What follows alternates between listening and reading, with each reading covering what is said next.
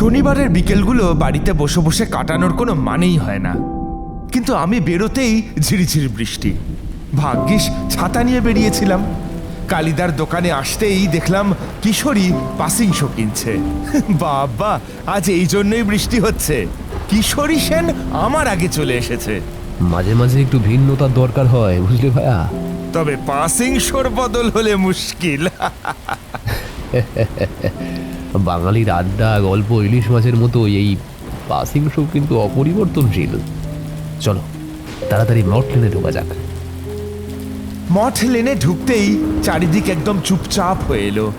কিশোরী ফিসফিস করে বলল, আজকে ভূত চতুর্দশীর রাত ভাইয়া। অনেকদিন হলো ঠাকুর মশাইয়ের কাছ থেকে কোনো গল্প শোনা হয়নি। হ্যাঁ, একঘেয়ে তন্ত্র দেব দেবীর গল্প শুনতে শুনতে কান পচে গেছে। নিজেদের মধ্যে কথাবার্তা বলতে বলতে আমরা ঠাকুর মশাইয়ের বাড়ি পৌঁছলাম। দেখলাম ঠাকুর মশাই দরজা খুললেন, অর্থাৎ বুঝে গেলাম চারি বাড়ি নেই, তার মানে চাও জুটবে না। এই বৃষ্টির মধ্যেও তোমরা আসবে আমি আশা করিনি। কেন যে এত কষ্ট করে এই বুড়ো লোকটার কাছে তোমরা আসো কে জানে। কি যে বলেন, এইরকম সন্ধ্যায় তো গল্পের আসর বেশ জমজমাট হয় ঠাকুর মশাই। আচ্ছা ঠাকুর মশাই, আজ তো ভূত চতুর্দশীর রাত। ভাবছিলাম অনেকদিন আপনার কাছে সেই প্রথম দিনের মতো খাঁটি ভূতের গল্প শুনি না। যদি এরকমই কোনো একটা গল্প থাকে বলুন না তাহলে। তোমরা আমার জীবনটাকে কি ভেবেছো বলো তো?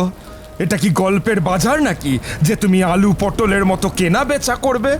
আমার জীবনের অভিজ্ঞতার কোনো মূল্য নেই নাকি? ঠাকুর মশাই হঠাৎ করে এরকম চটে যাবেন আমরা কেউই বুঝতে পারিনি। সত্যি এই আবদারটা একটু বাড়াবাড়ি হয়ে গেছে কিশোরী। না না, তেমনটা নয় ঠাকুর মশাই। আপনার জীবনে তো অসংখ্য অভিজ্ঞতা আছে। এইরকমই কোনো একটা ঘটনা জানতে চাইছি আর কি। আপনাকে অসম্মান করাটা আমার উদ্দেশ্য ছিল না। ঠাকুরমশাই এবারে হাসি মুখে পাসিং শো ধরিয়ে তার ছাইটা সামনের নারকেলের মালায় ফেলে বললেন, তোমরা তো ভূত চতুর্দশীর রাতে 14 শাক খাও, এর কারণ জানো? আমি যেটা জানি সেটা হলো ওই 14 জন ভূত প্রেত নাকি ওই মর্তে ঘুরে বেড়ায়, আর ওই 14 শাক খেলে নাকি শরীর পবিত্র থাকে আর নেতিবাচক প্রভাব থেকে রক্ষা পাওয়া যায়। এরকম আদৌ কিছু হয় নাকি?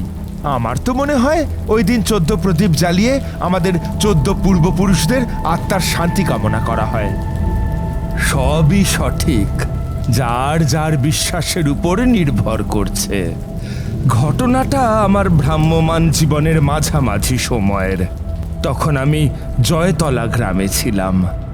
সেদিন ছিল ভূত চতুর্দশীর আগের রাত। হাঁটতে হাঁটতে দিনের আলো প্রায় ফুরিয়ে এসেছিল। কোথায় আশ্রয় নেব ভাবছি, এমন সময় দেখলাম দূরে একটা মুদির দোকান খোলা। দোকানের ভিতর প্রদীপের আলো জ্বলছে, তার পিছনেই দোকান সংলগ্ন একটা ছোট্ট দোতলা মাটির বাড়ি। আমি এগিয়ে গিয়ে দোকানিকে জিজ্ঞাসা করলাম, বলছি যদি কিছু মনে না করেন তো আজ রাতটা আপনার বাড়িতে আশ্রয় নিতে পারি? হ্যাঁ হ্যাঁ, নিশ্চয়ই নিশ্চয়ই, আসুন ভিতরে আসুন ঠাকুর মশাই। কিন্তু আপনাকে তো এই গ্রামে আগে কখনো দেখিনি।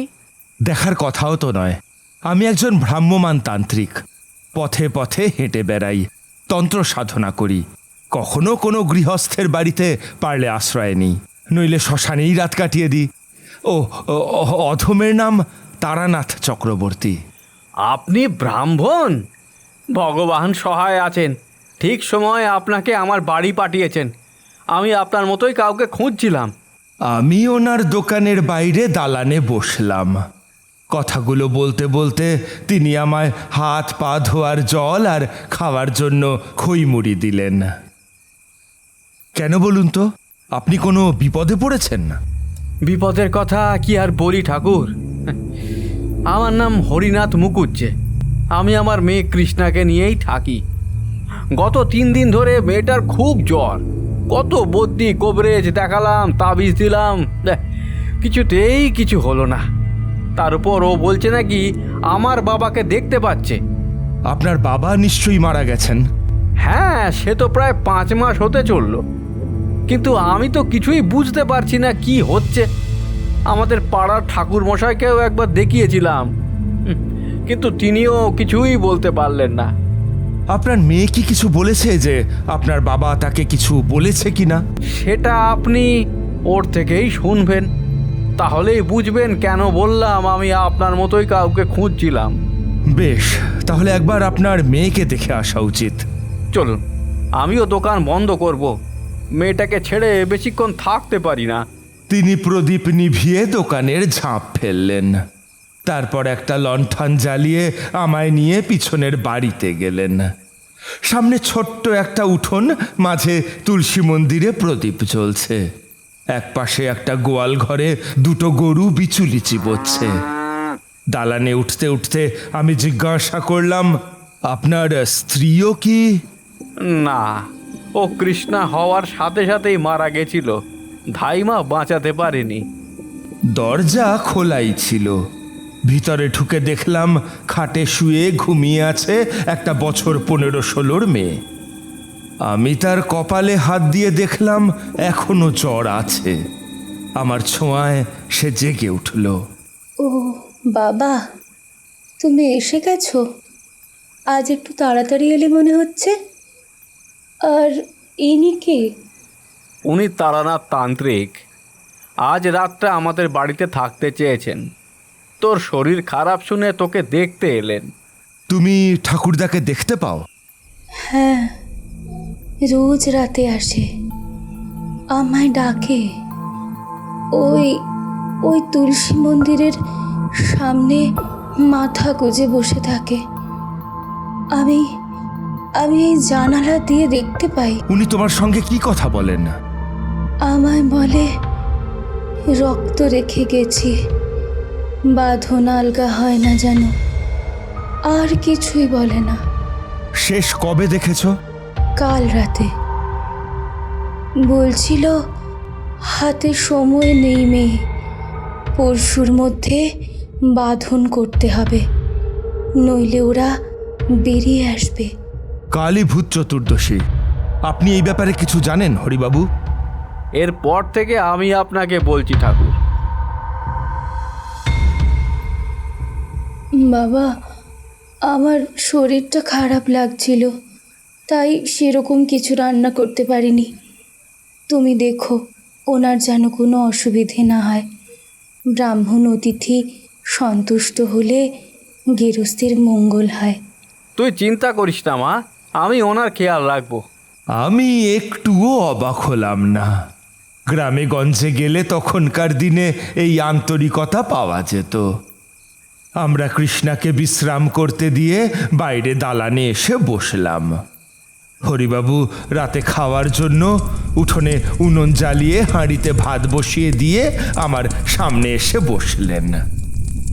আপনার বাবা রক্ত রেখে গেছেন বলেছেন, এর মানে কি? আমার বাবা তন্ত্রমন্ত্র ভালো জানতেন। উনি যেদিন রাতে মারা গেলেন সেদিন সকালে আমায় ওনার বিছানার পাশে ডেকে বললেন, হরি,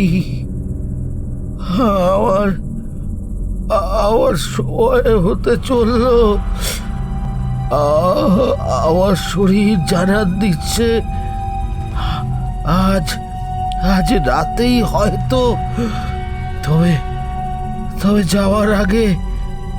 যাওয়ার আগে তোমায় কিছু দিয়ে যেতে হবে। ওই ওই আমার লোহা সিন্ধুকে দেখবে, একটা লাল কাপড়ে বাঁধা ঘটি আছে।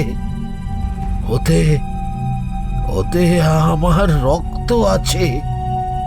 তোমার কাউকে খুঁজে ওই বাঁধন চিরজীবনের জন্য বাঁধতে হবে। ওই বিদ্যে আমার ছিল না, তাই করে যেতে পারলুম না। কি বাঁধনের বিদ্যার কথা বলেছিলেন আপনার বাবা? এই ব্যাপারে আমার বিশেষ জ্ঞান নেই ঠাকুর মশাই। তবে বাবা যতদিন বেঁচে ছিলেন দেখতাম প্রতি ভূত চতুর্দশীর সকাল থেকে রাত অবধি তিনি ওই ঘরে দরজা বন্ধ করে কী সব তন্ত্রমন্ত্র করতেন। আমি একবার জিজ্ঞাসা করেছিলাম, তিনি বলেছিলেন, আমাদের 14 পূর্বপুরুষের আত্মাদের বন্ধন করেছি। রক্তবন্ধন প্রক্রিয়া। পার্থিব এবং অপার্থিব যাবতীয় সত্তাকে এই বন্ধনে আবদ্ধ করা যায়। তন্ত্রে দীক্ষিত মানুষের রক্ত ব্যতীত এই ক্রিয়া সম্ভব নয়। আপনি জানেন কেন তিনি এই জিনিস শুরু করেছিলেন? তিনি হয়তো কিছু একটা বলতে যাচ্ছিলেন, কিন্তু আমি তার আগেই ওনাকে থামিয়ে একবার ওনার বাবার বন্ধ ঘরটা দেখার ইচ্ছে প্রকাশ করলাম। তিনি আমায় ওনার বাবার ঘরটা খুলে দিলেন। ঢুকতেই একটা ভ্যাপসাবদ্ধ বাতাসের গন্ধ পেলাম। জানালাগুলো খুলে দিন, একটু হাওয়া বাতাস ঢুকুক। তিনি ঘরের সব জানালা খুলতে থাকলেন। মাঝারি আকারের একটা ঘর, এক পাশে একটা খাট, আর তার পাশে একটা ভাঙা মাটির কলসি। খাটের উল্টো দিকে একটা লোহার সিন্দুক মতো করা। হরিবাবু বুঝেই গিয়েছিলেন কেন আমি এই ঘরে এসেছি, তাই তিনি সিন্দুক খুলে সেই লাল কাপড় বাঁধা ঘটি আমার দিকে এগিয়ে বললেন, এই ঘটিতেই বাবার রক্ত আছে ঠাকুর মশাই। আপনি কখনো এই রক্তবন্ধন প্রক্রিয়া দেখেছেন? না, আমার এসব তন্ত্রমন্ত্রে বিশেষ আগ্রহ ছিল না। তাছাড়া বাবা বলেছিলেন এই প্রক্রিয়ার চেহারা নাকি বড় ভয়ানক। তন্ত্রের জগৎ মানেই অনিন্দ্য সুন্দর এবং ভয়ানক দুই। এখানেই তো তন্ত্রের মাধুর্য। ভালো কথা, আপনার বাবার নাম কি? স্বর্গীয় শ্যামাপ্রসাদ মুখার্জি। আমি ঘটির মুখের বাঁধন খুলে দিলাম। ভিতরে একটা কালচে লাল থকথকে তরল রয়েছে। একটা মিষ্টি ঝাঁঝালো গন্ধ নাকে এলো, চেনা গন্ধ, মিঠা আতর, কর্পূর আর ধুনোর গন্ধ। আপনার বাবা সব কাজ করে রেখেই গেছেন দেখছি। ঠিক আছে, বাইরে আসুন, আর ঘরটা আপাতত একটু খোলা রাখুন, ভ্যাপসা ভাবটা কেটে যাবে। আমরা ওনার ঘর থেকে বেরিয়ে এলাম। হরিবাবু ভাতের হাঁড়ি উপুর করে আলু কাটতে কাটতে বললেন, এই কাজ বাবা শুরু করেননি, করেছিলেন আমার ঠাকুরদা। ঘটনাটা যদিও বাবার মুখে শোনা, তখন বাবা সদ্য জন্মেছে। আমাদের এই গ্রাম আর আশেপাশের 4-5টা গ্রামে তখন মড়ক শুরু হয়েছে। জায়গায় জায়গায় দুর্ভিক্ষ আর মহামারী ছেয়ে গেছে। যে সকল বাচ্চারা জন্মেছিল ওরা পঙ্গু হয়ে যাচ্ছিল। 3-4 মাসের মাথায় তখন ঠাকুরদা গুরুমা এলেন বাড়িতে। তিনি বাবাকে দেখে বললেন বাড়ি রক্ষা করতে হবে।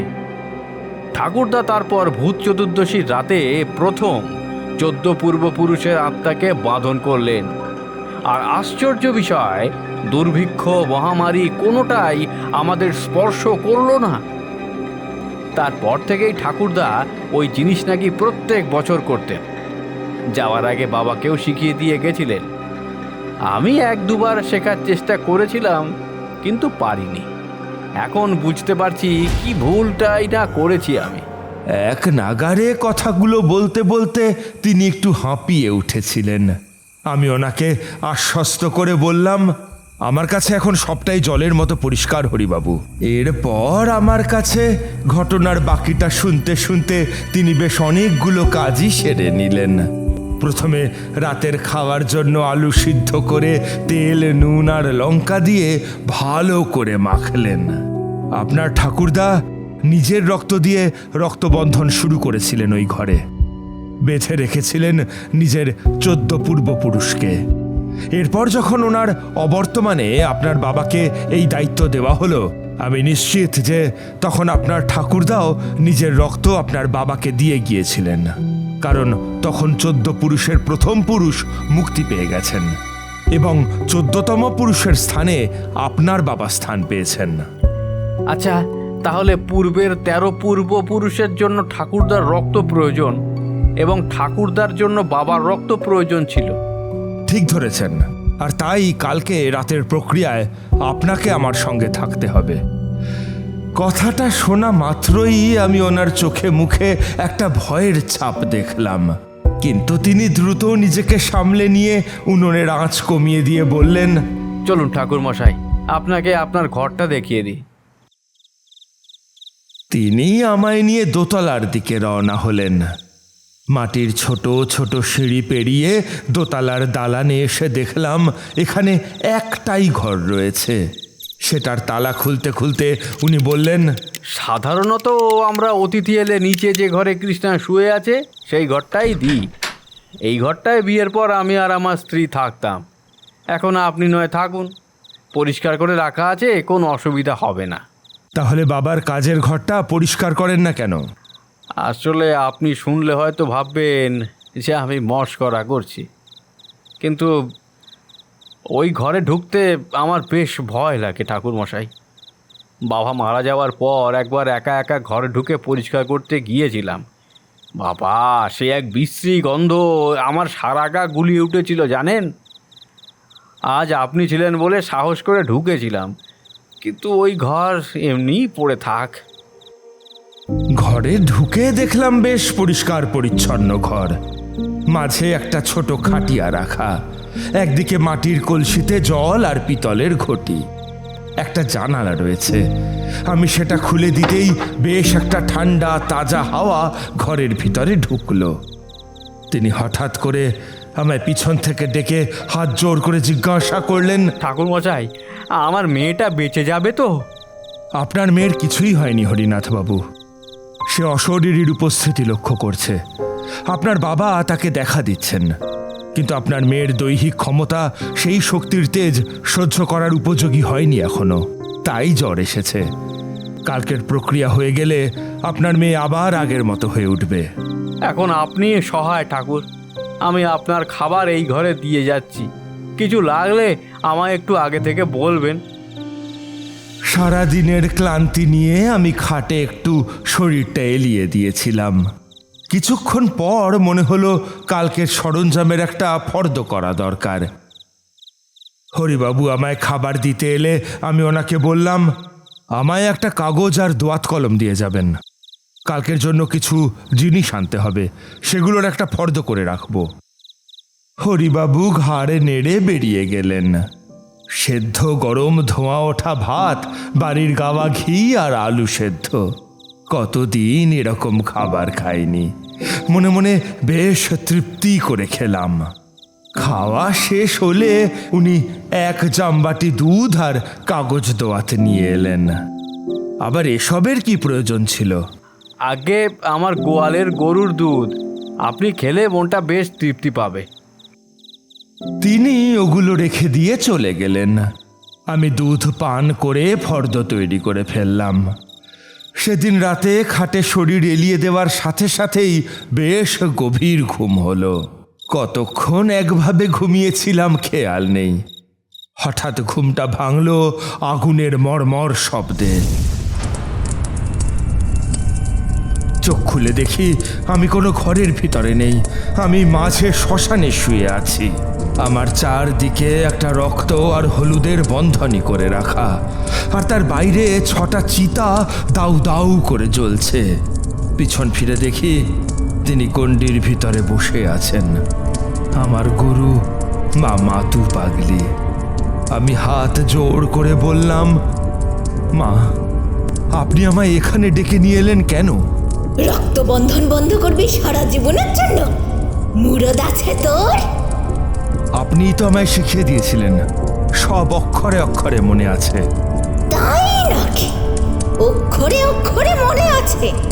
তাহলে কি বলেছিলাম একটু মনে কর তো।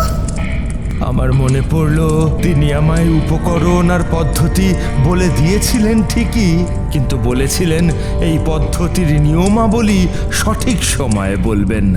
মনে পড়েছে কিছু? বলুন, কি কি নিয়ম পালন করতে হবে? কাল কাক ভরে উঠবি, তারপর যা রক্ত দিয়ে বন্ধন তৈরি হবে সেই রক্ত শোধন করবি। শোধনের মন্ত্র তোকে দেওয়া আছে। এরপর তিনি এক এক করে সব নিয়ম বলে গেলেন। সব শেষে নিজে রক্তগণ্ডির বাইরে বেরিয়ে 6টা চিতা ঘিরে কিরকম হাত পা ছুঁড়ে নৃত্য করতে আরম্ভ করলেন, আর তারস্বরে হাসতে হাসতে বললেন,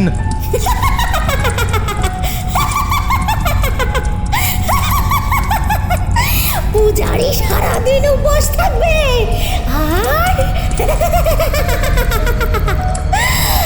আর 1 বছর পর মহাকালের পুজো করতে বলিস? সাথে সাথে আমার মনে হলো চিতা থেকে একটা বিশাল আগুনের হলকা আমার মুখের উপর এসে পড়ল, আর আমি ধরফর করে ঘুম থেকে উঠলাম।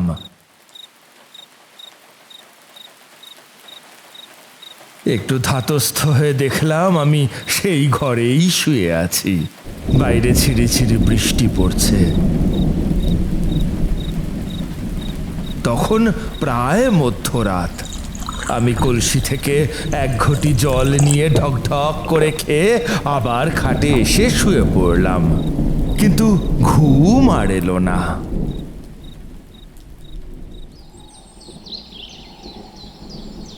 হরিবাবু, হরিবাবু জেগে আছেন? কাক ভোরে ওনার ঘরের দরজায় ধাক্কালাম। বৃষ্টি এখন বন্ধ হয়ে গেছে। তিনি ঘুম ঘুম চোখে দরজা খুলে বললেন, কি ব্যাপার ঠাকুর, এখনো তো আলো ফোটেনি ঠিকঠাক করে, কিছু লাগবে? এখন কোনো প্রশ্ন করবেন না হরিবাবু। গামছা নিয়ে পুকুর পাড়ে চলুন, আর সাথে একটা অন্য পোশাক, কিছুটা সর্ষে আর হলুদও নিয়ে নিন।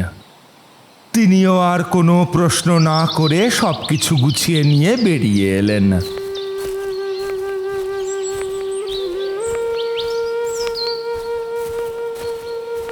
গ্রামের মেঠো পথ ধরে মৃদু আলোতে হাঁটতে হাঁটতে আমরা পুকুর পাড়ে এসে দাঁড়ালাম।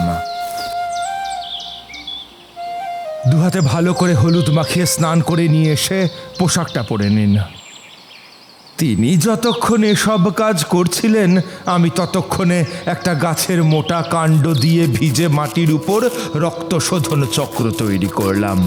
প্রথমে একটা মাঝারি বৃত্ত, তার ভিতর একটা ষড়ভুজ চিহ্ন, প্রত্যেক কোণের বিপরীতমুখী কোণের সাথে একটি করে কর্ণ, এবং সব শেষে মাঝে একটা ছোট বৃত্ত। ইতিমধ্যে তিনি স্নান সেরে আমার সামনে এসে দাঁড়ালেন। আমি ওনাকে ওই চক্রের এক পাশে বসিয়ে নিজে উল্টো দিকে বসলাম। তারপর সরু মুখের সেই কাণ্ডটা ওনার দিকে এগিয়ে দিয়ে বললাম, নিজের বাঁ হাতের তালু কেটে রক্ত বের করুন। সেই রক্তে কিছুটা সর্ষে মিশিয়ে গুনে গুনে ঠিক 7 ফোঁটা এই বিন্দুতে ফেলবেন। তিনি আমার কথা মতো কাজ করলেন। হাতের তালু কেটে তাতে সর্ষে মেশালেন, তারপর গুনে গুনে 7 ফোঁটা বিন্দুতে ফেললেন। আমি নিজের বাঁ হাতের কনিষ্ঠা রক্তে স্পর্শ করে উচ্চারণ করলাম, ওম হ্রিং ক্রিং রক্ত বিশোধনায় স্বাহা। আজ রাতের পূজার জন্য আমি আপনার রক্ত শুদ্ধ করলাম। আমার কয়েকটা জিনিস লাগবে হরিবাবু, এগুলো জোগাড় করে রাখবেন। আর একটা বিষয়, আমি সারা দিন নির্জলা উপবাসে থাকব, আর আপনিও আমিষ খাদ্য গ্রহণ করবেন না। আমি ওনার দিকে কাল রাতের তৈরি করা ফর্দ এগিয়ে দিলাম। এরপর আমরা বাড়ি ফিরলাম। হরিবাবু ওনাদের দুজনের জন্য রান্না বসালেন। আমি কৃষ্ণার কাছে গিয়ে তার মাথায় হাত রাখলাম। আজ আর জ্বর নেই। সে চোখ খুলে আমায় দেখে একটু উঠে বসল। শরীর এখন কেমন লাগছে? আগের থেকে একটু ভালো, কিন্তু শরীরটা দুর্বল লাগছে। ওটা ঠিক হয়ে যাবে, চিন্তা করিস না। কাল আমি ঠাকুরটাকে দেখিনি। আজ রাতে দেখতে পাবি। তবে এটাই হবে তোদের শেষ দেখা। তবে তোকে একটা কাজ করতে হবে রে মা। কৃষ্ণাকে বুঝিয়ে এলাম ঠিক কখন আর কি করতে হবে। সারাটা দিন একরকম আলস্য আর উদাসীনতার মধ্যে দিয়েই কাটলো। এর মধ্যে একবার হরিবাবুকে বাজার থেকে আমার বলে দেওয়া জিনিসপত্রগুলো কিনে আনতে দেখেছিলাম। সন্ধে হতেই তুলসী মন্দিরের তলায় তিনি প্রদীপ ধরালেন। তারপর রাতের অন্ধকার একটু ঘন হতেই আমি ওনাকে নিয়ে একটা লণ্ঠন জ্বালিয়ে শ্যামাপ্রসাদ বাবুর কাজের ঘরে ঢুকলাম। ঘরের মাঝে তিনি থলে উপুর করে সব কিছু বের করলেন। ঘি, চন্দন, মধু, কস্তুরি, অগরু, ধুনো, কালোজিরে, পচা শোল মাছের তেল আর কিছু শুকনো কাঠ। আপনার বাবার রক্তঘটি নিয়ে আসুন। এরপর আমি প্রথমেই শুকনো কাঠ আর ধুনো দিয়ে সেখানে অগ্নি সংযোগ করলাম। তারপর একটা ছোট মাটির পাত্রে আমি চন্দন, মধু, অগরু, কস্তুরি আর কালো জিরে ভালো করে মিশিয়ে ওনাকে দিয়ে বললাম, ঘটি থেকে আপনার বাবার 7 ফোঁটা রক্ত এই মিশ্রণে ঢালুন। তিনি ওই মিশ্রণ ঢেলে আমার হাতে পাত্র ফিরিয়ে দিলেন। আমি সম্পূর্ণ পাত্রটা আগুনের উপর উপুর করে দিলাম। সাথে সাথে একটা তীব্র অগ্নিস্ফুলিঙ্গের আঁচ উঠল। এবার আপনার পালা। আপনার বাবাও যাতে এই বন্ধনে না আবিষ্ট হয়ে পড়েন। তিনি কাঁপা কাঁপা হাতে নিজের বাঁ হাতের কাটা জায়গা থেকে সাদা কাপড়ের বাঁধন খুলে আবারও 7 ফোঁটা রক্ত আগুনে দিলেন। এবারে যা হবে তার জন্য মানসিকভাবে প্রস্তুত হন। কোনো প্রকারেই এই ঘর ছেড়ে বেরোবেন না, সর্বনাশ হয়ে যাবে। আমি পচা শোল মাছের তেল আগুনে নৈবেদ্য দিলাম, আর সাথে সাথে ঘর জুড়ে একটা উন্মত্ত পৈশাচিক পুরুষালী অট্টহাসি ভরে উঠল।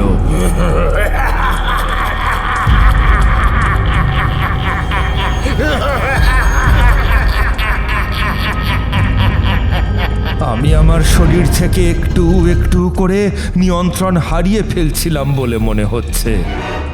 একসাথে 14 পুরুষের অতৃপ্ত আত্মার বন্ধন মুক্ত হচ্ছে। রক্তবন্ধনী ছিন্ন করে ওনারা বেরিয়ে আসছেন। এরপরের ঘটনাটা আমার হরিহর বাবুর মুখে শোনা। আমার চেহারাটা একটু একটু করে পরিবর্তন হচ্ছিল। চোখের মণি কপালে উঠে গিয়েছিল, মুখটা ফ্যাকাশে হয়ে নীলচে হয়ে গিয়েছিল। ওনার মনে হচ্ছিল একসাথে 14 অশরীরই আমাদের ঘিরে নাচ করছে পাগলের মতো। আমার মুখ থেকে গো গো গোঙানির মতো আওয়াজ বেরিয়ে আসছিল। শেষের দিকে নাক মুখ থেকে রক্ত উঠে আসে আমার। তারপর আমি একটু একটু করে ঝিমিয়ে পড়ে অজ্ঞান হয়ে যাই। আর সাথে সাথে আশেপাশের নৃত্য আর অট্টহাসির শব্দটা হঠাৎ করে বন্ধ হয়ে যায়। তিনি আতঙ্কে ঘর থেকে বেরিয়ে এসে দেখেন কৃষ্ণা মা উঠোনে তুলসী মন্দিরের পাশে 14 শাক ছড়িয়ে হাসি মুখে বসে আছে। তাকে নাকি তখন সাক্ষাৎ ভগবানের মতো লাগছিল। পরের দিন ভোরের দিকে আমার জ্ঞান ফিরেছিল। আমি শুয়েছিলাম ওনাদের নিচের ঘরে। হরিবাবু আমার মাথার কাছে বসে হাওয়া করছিলেন। আপনি ঠিক আছেন তো ঠাকুর? বড় ভয় পেয়ে গিয়েছিলাম। কি হয়েছিল আমি অজ্ঞান হওয়ার পর? এরপর তিনি আমাকে ওই ঘটনাগুলি বলেন। আমি দেখলাম কৃষ্ণা মা একটা ডাব ছুলে ঘরে এসে আমায় দিয়ে বলল, এটা খেয়ে নিন ঠাকুরমশাই, শরীরটা ভালো লাগবে। আর আমি কাল ঠিক সময়ে ঠিক কাজ করেছিলাম তো। করেছিলি বলেই তো আজ আমি এখনো সশরীরে তোর সামনে বসে আছি। ইহলোক আর পরলোকের বাস এক জায়গায় একত্রে হওয়া সম্ভব নয় রে মা। তুই কি কাল ঠাকুরদাকে দেখলি? দেখেছি, অনেক দূর থেকে আমার দিকে তাকিয়ে হাসছিল। আপনি আজকে থাকছেন তো? না রে মা, আমি পথের মানুষ। সংসারে একদিনের বেশি থাকতে মন চায় না। আমায় আটকাস না। আর হরিবাবু, পারলে পরের বছর কালো সূচ কেটে গেলে বাড়িতে একবার কালী পুজো করবেন। এরপরেও হরিবাবু আর কৃষ্ণা অনেকবার আমায় থাকার জন্য জোর করেছিল, কিন্তু আমি থাকিনি। বেরোনোর সময় দুজনেই আমার পা স্পর্শ করে প্রণাম করে 1 ঠোঙা ভর্তি মুড়ি, খই আর বাতাসা দিয়ে দিয়েছিল। এগুলোই আমার ভ্রাম্যমান জীবনের প্রাপ্তি, বুঝলে? ঠাকুরমশাই ঘটনা বলা শেষ করলেন। একটু অন্য রকমের ঘটনা শুনলাম আজ, মানুষের জীবনের ঘটনা। বাইরের বৃষ্টির তেজ কমে এসেছিল। কিশোরী আর আমি সেদিন আর বসিনি। ঠাকুরমশাইকে প্রণাম করে বেরিয়ে এসেছিলাম। পথে চলতে চলতে কিশোরী শুধু বলেছিল, না, চোখে না দেখলে এইসব ঘটনা বিশ্বাস করা কঠিন।